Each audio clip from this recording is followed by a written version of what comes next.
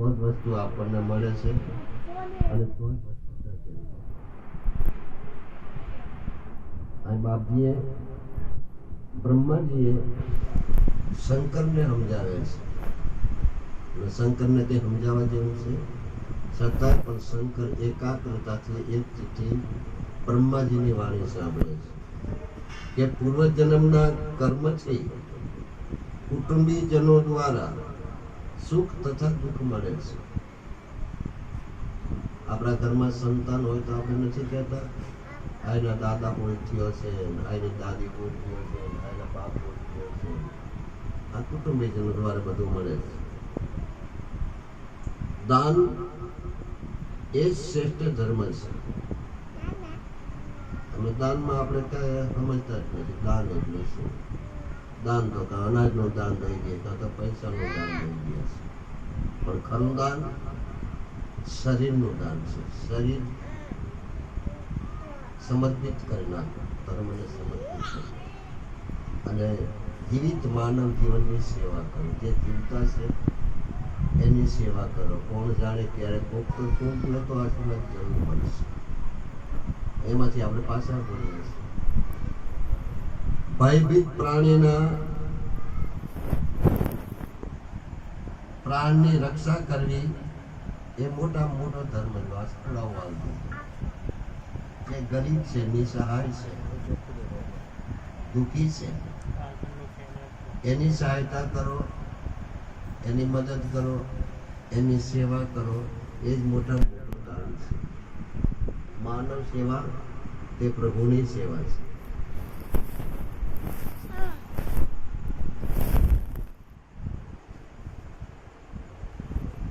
રોહિત જશે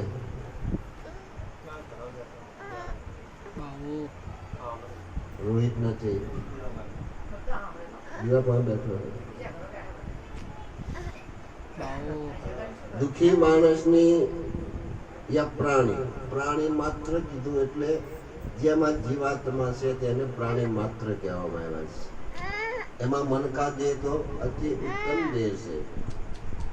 આમની સેવા કરવી તે મોટા મોટું શ્રેષ્ઠ ધર્મ કહેવાય છે. માનવ સેવા તે આપણે પીપળીમાં જઈએ છીએ, જુનાગઢ જઈએ છીએ, સમીધામમાં જઈએ છીએ, આવા મોટા મોટા અખાડામાં જઈએ છીએ. એ શું કરે કે જ્યાં આંગણે જે અતિથિ આવે છે એ નથી જોતા કે આ પાપી છે કે પુણ્યશાળી છે, કે આ ખાનારો છે કે પીનારો છે. એ ખાલી એક જ જોવે છે આમાં મારો પરમાત્મા બેઠો છે, આની અંદર મારો પરમાત્મા બેઠો છે. એની સેવા કરે છે અને એ સેવાના પ્રતાપથી એ આત્માના આશીર્વાદ થઈ એ અખાડા અનાજ સુધી ચાલ્યા જ કરે છે. આપણા ઘરમાં 5 માણસ આવે તો આપણે બધો બહુ વિચાર કરવો પડે. એમાં 2-5 દાડા રહી જાય તો ઘરનું જે વાતાવરણ આખું પલટાઈ જતું હોય છે. આ હજારો પબ્લિક આવે છે. કોક તો એમાં આવતો હશે ને, કોક સાધુ સંતો, કોક તો આવતો હશે, કોક તો જતી શક્તિ આવતા હશે ને એના આશીર્વાદ. એટલે મહાપુરુષો કહે છે કે પ્રાણી માત્રની પ્રાણની રક્ષા કરવી તે મોટા મોટું ધર્મ છે. જે માણસ હોમ, જપ, સ્નાન, દેવતા પૂજનમાં તૈયાર રહે છે, તેમજ હંમેશા સત્ય બોલતો હોય છે, ગમે એવા ગુના હોય તો પણ ક્ષમા કરી દેતો હોય છે, સદાચાર રહેશે અને જે મળે, જેવું મળે, જેમ મળે એમાં સંતુષ્ટ રહેશે અને દયા રાખતો હોય તેઓને જરૂર સ્વર્ગમાં જાય છે. એમાં કોઈ સંશય નથી. ભાઈ ભગત થવાનું કીધું તમને, એમ કીધું કે ભગત થઈ જાઓ, એને જરૂર સ્વર્ગ મળે છે. એમાં કોઈ સંશય નથી. કરેલા કર્મો દ્વારા દુઃખો તથા સુખોને ભોગવે છે બાપ. સંતોષી માણસ કોઈ પણ પ્રકારે જીવન જીવી શકે છે. જેને પાસે સંતોષ ધન છે, મોટા મોટું ધન સંતોષ ધન છે. અને પ્રાણી માત્રમાં સંતોષ ધન જો પશુમાં જોવા જાય તો શ્વાન પાસે છે. શ્વાન એટલે કૂતરું.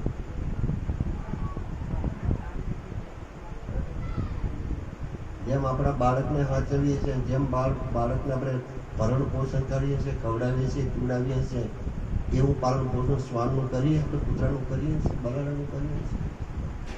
છતાંય પણ એની ફરજ અદા કરે છે. ગમે એટલો જાકારો દો, ધોકા મારો, લાકડા મારો, તો એ પૂછડી હલાવીને પાછું બોલાવે, તરત પાછું આવી જાય છે. સંતોએ આને શ્વાન ગુરુદત્ત મહારાજે આમની પાસે ગુરુ દીક્ષા લીધી છે, એને ગુરુ ધારણ કર્યા છે. દત્તાત્રેય ભગવાન જે જુનાગઢમાં જાય છે, જેને બધા હરેક વ્યક્તિમાં કોક ને કોક તો ગુણ હોય જ, ના હોય એવું નહીં. બધા અવગુણના ભરેલા નથી કે બધા ગુણને ભરેલા નથી, પણ જે તમને તમારા અંતરાત્મા લાગે કે આનામાં કંઈ ગુણ છે, તો એ શરીરને અર્પણ કરીને આ ધર્મ અમારે પણ આપણે જો વિચારવા જઈએ અને આપણું તારણ કાઢવા જાય તો અહીં આપણે ટૂંકા પડીએ છીએ. અહીં આપણે કંઈ જ કરી શકતા નથી.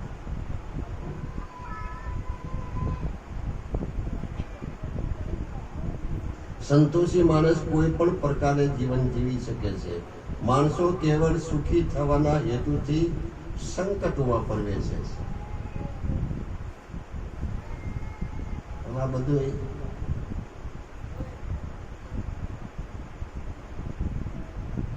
જે વિધિના વિધાન છે, નિયતિના જે નિયમ છે, એના વિરુદ્ધ આપણે સુખી થવા માટે ઘણા વાના કરીએ છીએ. દોરા, ધાગા, માનતાયું, સ્નેહતાયું, આ બધું શું કામ કરે? સુખી થવા માટે. પણ સંતોષ નથી કે દુઃખ દીધું છે તો સુખ તો જરૂર આપશે. ગરુડ મહાપુરાણનો પ્રથમ મહાત્મ છે કે જે વ્યક્તિ પોતાની ઈચ્છાથી દુઃખને જે સહન કરે છે એને અક્ષય સુખ મળે છે. દુઃખને જે પોતાની ઈચ્છાથી અને ધર્મને આગળ રાખી કે હે પરમાત્મા, હે માતાજી, તું દુઃખી કરે તો એ બરાબર છે, તું સુખી કરે તો એ બરાબર છે, આવી આશા રાખીને જો કદાચ જીવન જીવે તો એ સુખ એવું મળે, અક્ષય થઈ જાય, એ સુખ ઢળે. પણ આપણને એટલો સંતોષ નથી. આપણને દુઃખ પડે તો તરત જ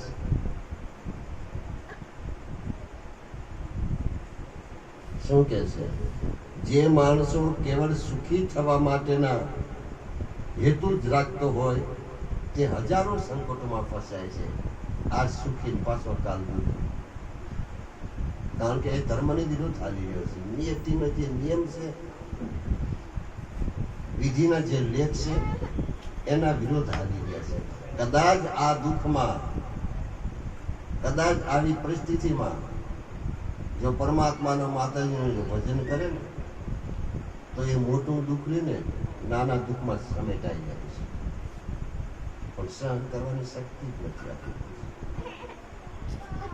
લોભનું કે સુખની, લાલચનું પરિણામ અતિ દુષ્કર છે.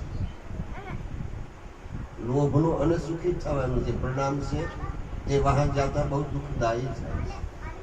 એમાંથી આપણે નીકળી શકતા નથી. એક રીતે બીજું, બીજું રીતે ત્રીજું, ત્રીજું રીતે ચોથું, એમ પનઘટ ચાલ્યા જ કરે છે. માણસ